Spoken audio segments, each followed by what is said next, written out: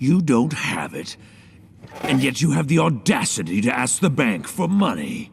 I am once again asking for your financial support.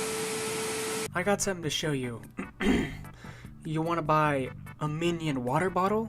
Some Minion boots? Or how about a Minion coffin? No, but seriously, everyone knows these movies have had a special kind of reputation. Illumination. You can smell the capitalism. And it all originated with Despicable Me, the studio's first film. And with it, we got... Minions. These little jaundice pills took over the stock market faster than GameStop. Sometimes my genius is... it's almost frightening. But we're not here to talk about the Minions per se. This video is actually about the film's clever filmmaking techniques. No, I'm serious. Rewatching this film gave me some insight on how Illumination actually gave a minion when they made this movie. See, I substituted minion in for the other word because they're synonymous. But before this video begins, I want to give a shout out to today's sponsor. Get on with it! Okay, let's just get into it. First, we've got a bit of an origin story here. In early 2007, the president of 20th Century Fox Animation and Blue Sky Studios, Chris Meledandri, left the company to start his own animation studio, Illumination Entertainment. He teamed up with Universal, who would distribute the films while Chris would retain creative control. And many of you already know this, but he's actually gone on record saying, and I quote, "Strict cost controls and hit animated films are not mutually exclusive." Basically, he's literally just cool with making his films looking and generally being super cheap. Hello, I like money.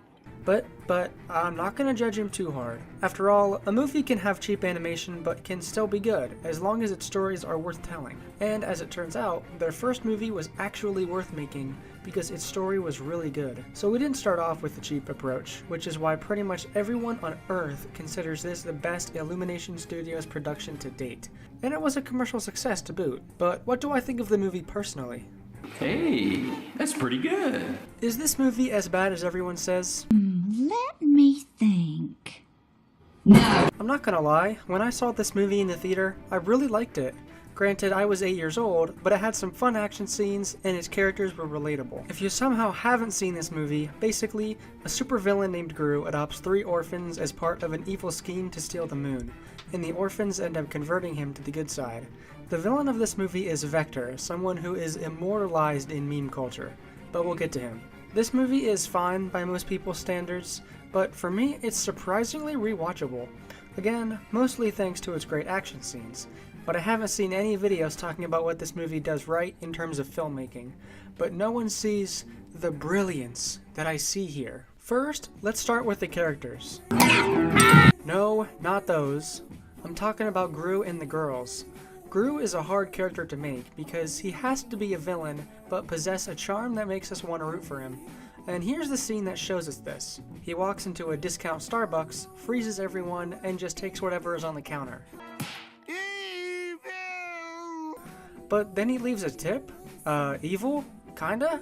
Like, this movie shows us his being kinda bad, but then he does something that almost immediately redeems him. And then there's this scene where he tells the minions his plan. And How's the family? Good? Alright. That's my Billy boy. What up, Larry? he knows all their names and is super chill. You can see how he's a bad guy, but not really. And the 3 girls have personality too, shown through little details, like in this scene where Gru first meets them. When he tells them to go away, Margot just accepts it and walks away. Edith kicks the door, and Agnes is all nice and says goodbye. I mean, this is basically their characters summed up in 5 seconds. The movie is great at using these opportunities to separate its characters. And now, the real villain. Vector! It's interesting, because this movie presents villains as a connected network of individuals trying to one-up each other, and I love that concept. Villains go to a bank to get evil loans, they hear about each other's accomplishments on the news, and they're competitive. It's a unique take on supervillains, and even Megamind didn't flesh out its own universe like this movie did. So in a world full of villains, who's gonna be our actual antagonist? It's a dorky kid who has all the new gadgets. He's also the banker's son. And some people think that Vector being his son is kinda pointless, because it doesn't really go anywhere, but if you think about it, it actually means a lot for the rest of the film. because Gru's a villain who has to start from the ground up, with really no help from his parents. Vector, on the other hand, is incompetent and is probably just banking off his dad's money. It's a great character contrast. One had to work hard, and one was lazy. It's a character duo that makes Gru more likable. We want to see Vector lose because we know he probably doesn't deserve to win. It's a subtle aspect of the film that's left up to the audience to interpret, but it makes it so much more enjoyable. Good job. Good job. Really good job.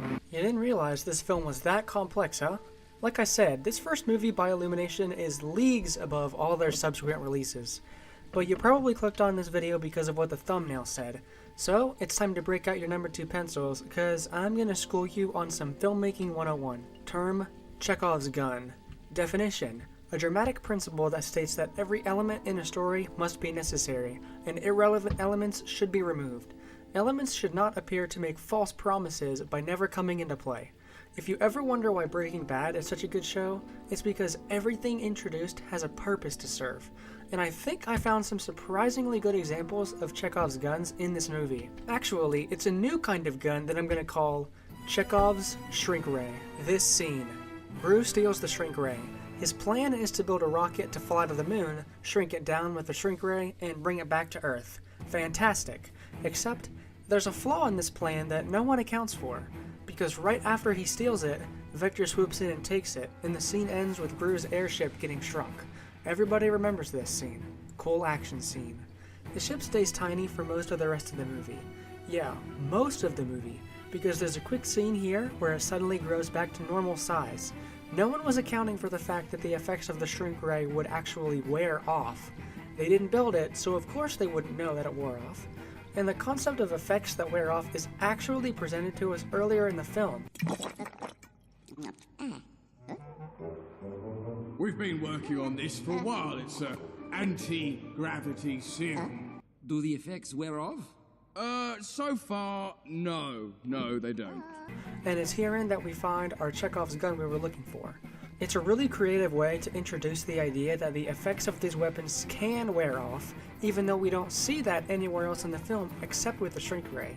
And the reason I'm dubbing this as Chekhov's Shrink Ray is because of these intermediate scenes that make the technique a bit more complicated, but more rewarding in every way. So let's take this one step further.